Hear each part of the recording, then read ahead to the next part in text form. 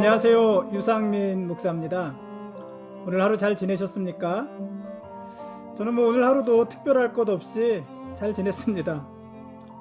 얼마 전에 어느 분이 쌀과 콩을 2대1 비율로 섞어서 밥을 짓고 그 밥을 냉장고에 10시간 이상 넣어뒀다가 버섯 반찬이랑 먹으면 북부 비만에 좋다, 북부 비만을 빼는데 좋다 하는 말을 들었습니다. 제가 또 귀가 얇아서 그 말을 듣고 큰 아이에게 당장 콩밥을 해달라고 했습니다. 어제 콩밥을 지어서 냉장고에 넣어놨길래 오늘 아침에 먹었는데 그야말로 밥이 온통 콩밭입니다. 콩밥이 아니고 콩밭입니다. 밥에 쌀은 보이지 않고 콩만 있습니다. 콩만 보입니다. 근데 그게 쌀과 콩의 2대1 비율이라고 합니다. 제가 워낙 콩을 좋아해서 먹는 데는 큰 불편함이 없었는데 아무튼 그런 밥은 처음 먹어보았습니다. 몸에 좋다니까 당분간 꾸준히 한번 먹어보려고 합니다. 그래서 진짜 복부 비만이 줄어들면 그래서 좋은 거고, 또 그렇지 않다 하더라도 제가 좋아하는 콩밥 실컷 먹을 수 있는 것이니까 손해볼 일은 없습니다. 다만 매번 콩밥을 해대야 되는 누군가는 좀 불편할 것입니다. 그러고 보니 언제부턴가 맛있는 것보다는 몸에 좋다는 것을 먼저 찾고 있습니다. 맛도 있고 몸에도 좋다고 하면은 금상첨화겠지만은 그렇지 않다면 맛있는 것보다는 몸에 좋다는 것에 우선 더 마음이 갑니다. 때로는 입맛에 맞지 않아도 몸에 좋다고 하면 군소리 없이 받아서 잘 먹기도 합니다. 저도 벌써 건강 챙길 나이가 된 것입니다. 여러분 말씀도 그렇지 않습니까? 우리는 요즘 매일같이 성경 말씀을 읽고 있는데 너무 입맛에 맞는 말씀만 골라서 읽지 마십시오. 몸에 좋은 약은 입에 쓰다고 하지 않습니까? 그러므로 우리 입에 쓰고 마음을 불편하게 하더라도 하나님의 말씀을 골고루 보시고 또 모든 성경 말씀을 하나님의 말씀으로 인정하고 받아들이며 그 말씀에 순종하십시오. 특히 우리 마음을 불편하게 하고 또 우리에게 힘들게 하는 그런 말씀이 있다면은 그 말씀이야말로 우리를 건강하게 하는 말씀일 것입니다. 그러므로 그런 말씀들은 더욱더 붙잡고 열심히 순종하십시오. 그러면은 우리가 몸도 영혼도 아주 건강하게 잘 살 수 있을 것입니다. 오늘 말씀 보시겠습니다.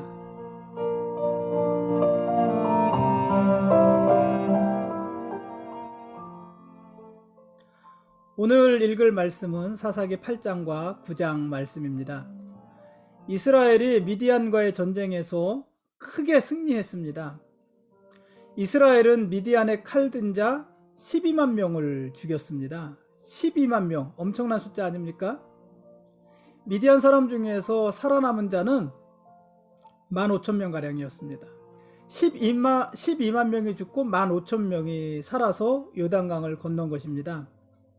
그러니까 13만 5천 명이나 되는 미디안 사람들이 요단강 동편에서 서쪽으로 건너와서 이스라엘을 노략하려 했다가 불과 300명밖에 되지 않는 이스라엘 군대에 대패하고 전멸한 것입니다.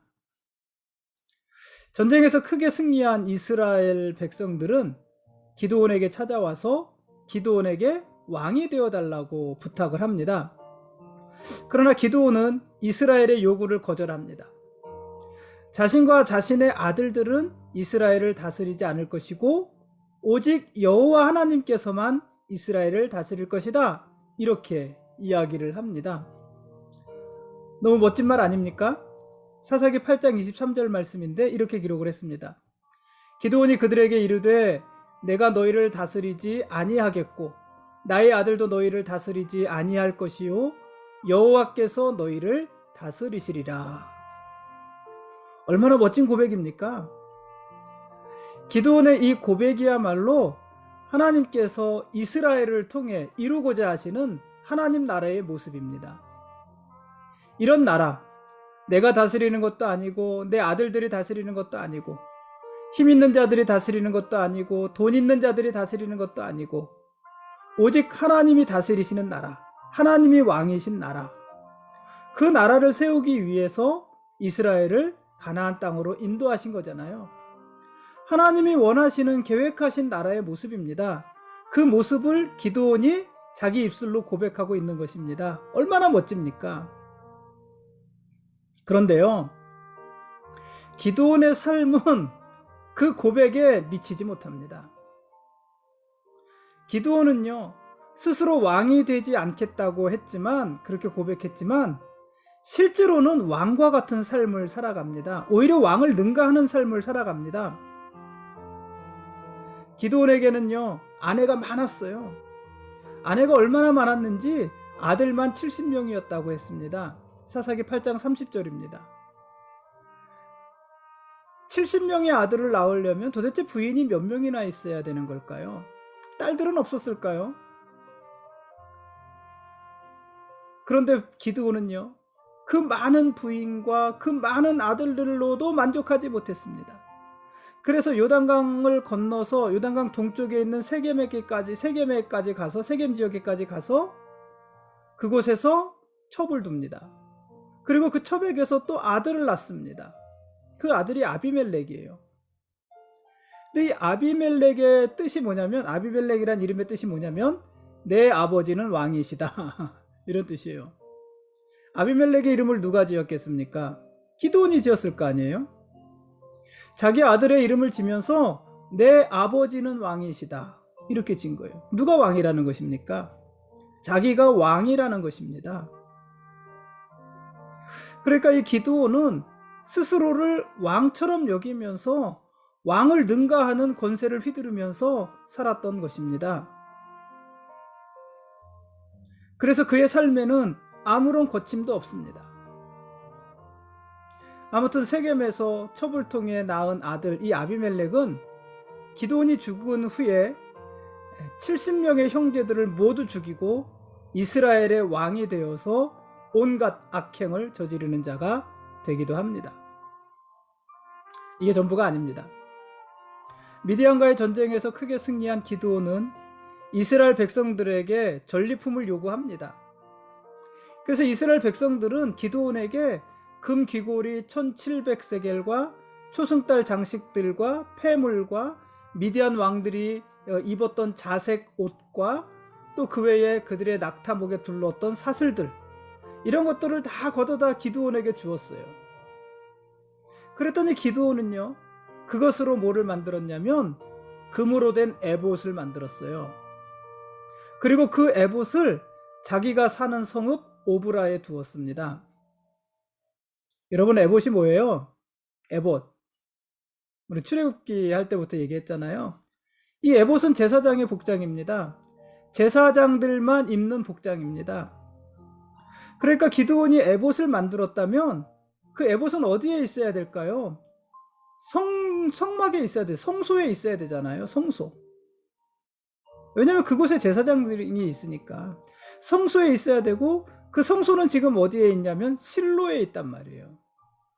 그러니까 에봇을 만들었으면 실로에 있는 성소에 두어야 하는데, 기드온은 그 에봇을 만들어서 자기가 있는 성읍 오브라에 두었다는 것이에요. 자기 집에 두었다는 것입니다. 왜 그랬을까요? 어쩌면 이 기드온은 왕의 자리를 넘어서 이스라엘 제사장의 역할까지도 하려 했었던 것인지도 모릅니다. 그러니까 이 기드온은 스스로 왕이 되지 않겠다고 정말 멋있는 신앙의 고백을 했지만, 그러나 그의 삶은 왕을 훨씬 더 능가하는 강력한 힘과 권력을 행사하면서 살았던 것입니다. 왕으로 취임만 하지 않았지 왕으로 살았다는 거예요. 신앙 고백과 삶이 달랐다는 것입니다. 이스라엘 백성들은 기드온이 금으로 만든 이 에봇을요, 음란하게 위했다, 섬겼다, 이렇게 성경은 기록합니다. 그리고 그 에봇은 기드온 집의 올무가 되었다, 이렇게도 말을 합니다. 그러니까 애초에 잘못된 것입니다. 미디안의 손에서 이스라엘을 구원한 기드온은 차차 이스라엘 백성들에게 두려움의 대상이 되어 갑니다. 그렇죠? 왕 행세를 하니까 얼마나 두려웠겠습니까? 그래서 그가 나이 들어서 죽었을 때 이스라엘 백성들은 기드온의 가족들을 후대하지 않았습니다. 왜요? 기드온을 존경하지 않은 것입니다. 그만큼 그의 삶은 신앙 고백과 별개의 삶, 엉망인 삶이었던 것입니다. 신앙 고백과 삶은 별개입니다. 우리도 마찬가지입니다. 기드온은 완벽한 신앙 고백을 했지만 그의 삶은 신앙적이지 않았습니다. 고백과 삶 중 어느 것이 더 중요하다. 이것은 뭐 우리가 쉽게 말을 할 수 없죠. 여러분, 고백도 중요합니다. 그렇죠? 고백도 중요하죠. 그 고백이 우리 삶의 방향이 되기도 하는 거잖아요. 고백은 중요하죠. 그래서 고백도 중요하고 또 삶도 중요하지요. 어느 게 더 중요하다 이렇게 말을 할 수는 없습니다. 그러나 무엇이 더 중요한지는 말을 할 수 없지만은요, 삶에 뒷받침되지 않는 고백은 너무 허무하다는 거예요. 그런 고백에는요, 아무런 능력도 없습니다. 여러분, 그러므로 삶을 돌아보십시오. 우리의 믿음이 말에만 머물러 있게 하지 마시고 삶으로 믿음을 증명하십시오.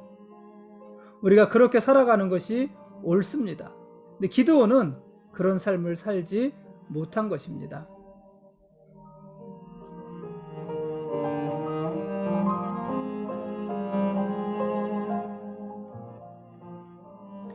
지금까지 사사기 8장과 9장 말씀에 대한 길라잡이였습니다.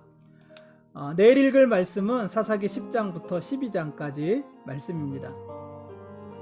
기드온이 나이 많아 죽고 기드온이 세겜에 있는 첩에게서 낳은 아들이 있다고 그랬잖아요. 그거 누구예요? 아비멜렉이었죠.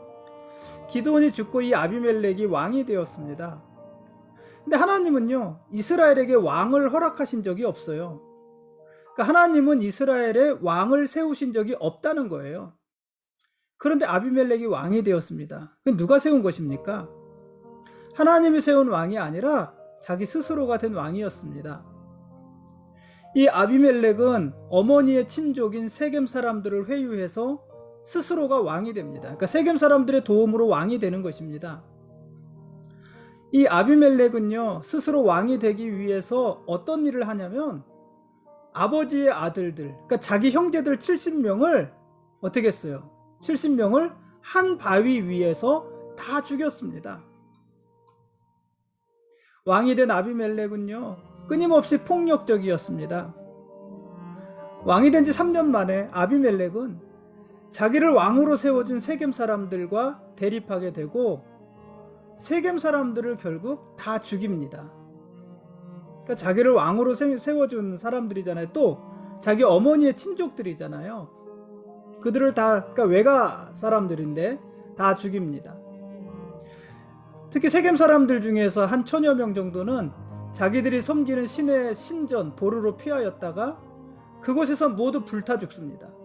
아비멜렉이 불태워 죽이는 거예요. 1000명을. 또 이 세겜 사람들은 자기들이 가장 안전하다고 믿었던 신전의 보르에서 또 자기들이 왕으로 세웠던 아비멜렉에 의해 아주 비참하게 진멸이 되는 것입니다. 이들이 이렇게 죽어갈 때 그들이 섬기던 그들의 신들은요, 이 세겜 사람들을 위해서 아무 일도 하지 못했습니다. 자기를 섬기던 자들이 그렇게 비참하게 죽어갈 때 그 신들은 아무 일도 하지 못했습니다. 이게 뭐와 비교가 됩니까? 300명의 용사로 13만 5천 명이나 되는 미디안 군인들과 미디안 사람들과 싸워서 승리했던, 이겼던, 그러니까 13만 5천 명이나 되는 미디안 사람들의 손에서 이스라엘을 구원하셨던 하나님과 너무 비교되지 않습니까? 자기를 섬기던 사람들이 다 불태워 죽는 순간에도 아무것도 할 수 없었던 우상들. 그쵸? 아무것도 할 수 없죠. 왜요? 생명이 없잖아요. 생명이 없는 우상이 무엇을 하겠습니까?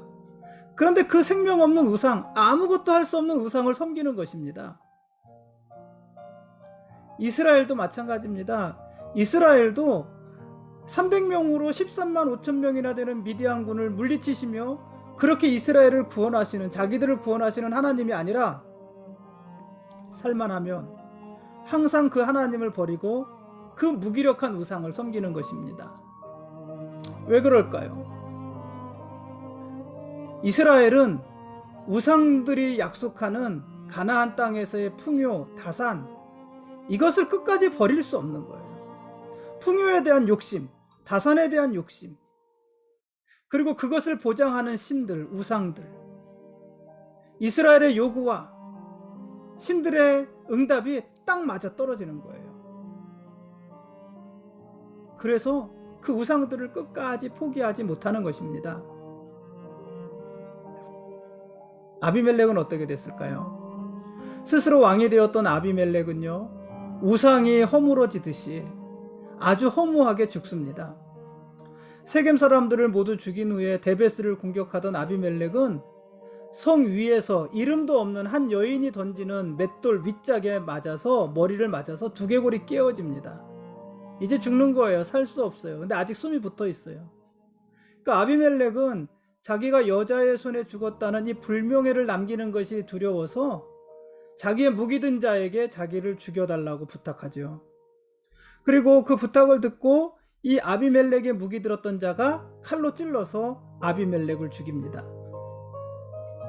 그가 왕이 될 때의 그 모습과 비교하면 너무 허무하지 않습니까? 무려 70명이나 되는 자기 형제들을 죽이고 왕이 된 사람인데 그 죽음은 이렇게 갑작스럽고 허무하게 찾아왔습니다. 그런데 성경은요, 아비멜렉이 이렇게 죽은 것은요, 하나님께서 그의 악행에 대해 갚으신 것이다, 이렇게 말을 해요. 우연히 그렇게 죽은 것이 아니라 하나님이 그 악행에 대해서 갚으신 것이다, 이렇게 말을 합니다. 사사기 10장 56절 57절 말씀인데요, 이렇게 기록을 했어요. 아비멜렉이 그의 형제 70명을 죽여 자기 아버지에게 행한 악행을 하나님이 이같이 갚으셨고, 또 세겜 사람들의 모든 악행을 하나님이 그들의 머리에 갚으셨으니 여룻바알의 아들 요담의 저주가 그들에게 응하니라. 이 여룻바알은 기드온의 다른 이름이고요, 요담은 70명의 아들 중 막내예요. 막내. 이 막내 한 명이 간신히 살아남거든요. 우리 이제 읽은 성경에 나오는 거잖아요. 이 요담이 여룻바알이 왕이 된 것이 얼마나 부당한 일인지에 대해서 감람나무, 또 포도나무, 무화과나무, 가시나무의 비유를 들면서 이 아비멜렉이 왕이 된 것이 얼마나 불합리한 일인지를 예언적으로 선포하잖아요. 그대로 그가 죽은 것이다, 이렇게 얘기를 합니다. 하나님께서는 아비멜렉의 악행을 외면하지 않으셨고 그의 행위대로 모든 것을 다 갚으셨습니다. 그러니 그 주도권이 아비멜렉에게 있는 것이 아니라 하나님에게 있는 것입니다. 그래서 그 하나님이 이스라엘의 왕이시고 우리의 왕이신 것이며 우리는 그분의 거룩한 백성들인 것입니다. 고맙습니다.